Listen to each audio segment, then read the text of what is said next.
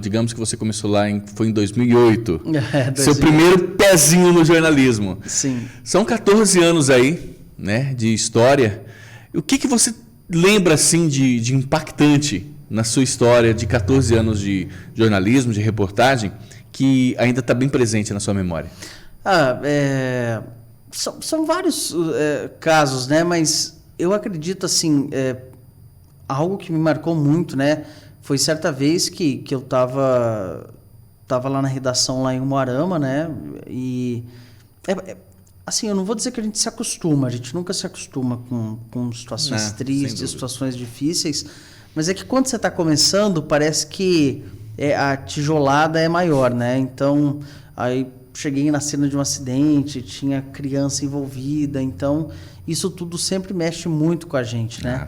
Mas um dos fatos mais marcantes, assim, e trágicos que eu posso te dizer foi o fato daqueles 2 garotinhos aqui em Maringá que estavam dentro de casa jogando videogame, e aí entra um cara fugindo de um outro atirador, e aí esse atirador passa no meio da sala disparando, acerta os 2 menininhos, um deles infelizmente ficou, né, com sequelas, e um outro, graças a Deus, conseguiu se salvar, e aí depois se concluiu a execução nos fundos da casa.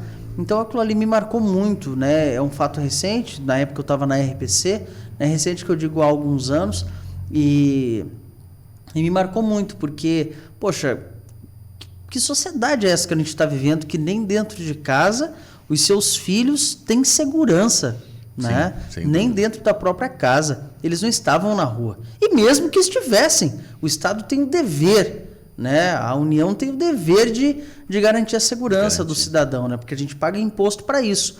E aquilo ali me marcou muito, né? Realmente fato muito triste. São situações assim que, querendo ou não, como você disse, no dia a dia, a gente acaba meio que a gente vai criando uma proteção, né? Tipo uma armadura, que isso aí acaba deixando... Não que nos deixe mais insensível, mas a gente se precaver de certas informações que vai passar, e a gente tem que passar por isso.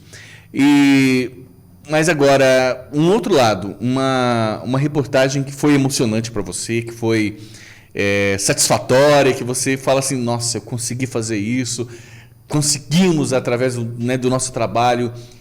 Você tem algum exemplo, alguma memória legal assim que você fala, poxa vida, isso aqui valeu a pena por tudo que eu já fiz até hoje?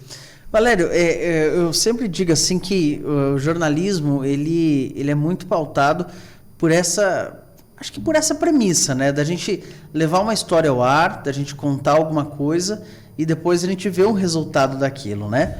Já aconteceu sim, já aconteceu N vezes da gente levar uma reportagem, uma rodovia está toda arrebentada, e depois de um tempo a gente vê que ela foi consertada depois da denúncia que a gente fez, né?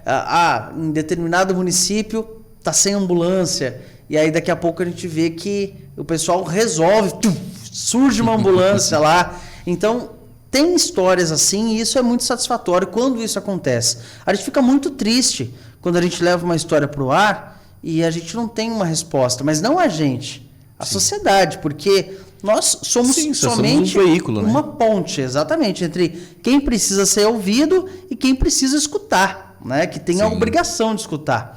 E a gente fica muito feliz quando acontece da escuta funcionar e da pessoa aqui na ponta, das pessoas serem atendidas, né? É triste quando a gente passa alguma coisa e leva para o ar e cobra, e esse lado de cá, que é o poder público, simplesmente ignora. E aí a gente vê que a gente não teve sucesso ali, né? E não tem, até para as pessoas entenderem, né? Não tem como a gente ir lá pegar na gola do gestor público e fazer, você vai fazer! Faz isso. Não, a gente mostra. Aí vai da consciência, vai da responsabilidade para com o cidadão do gestor público. Não, sem dúvida.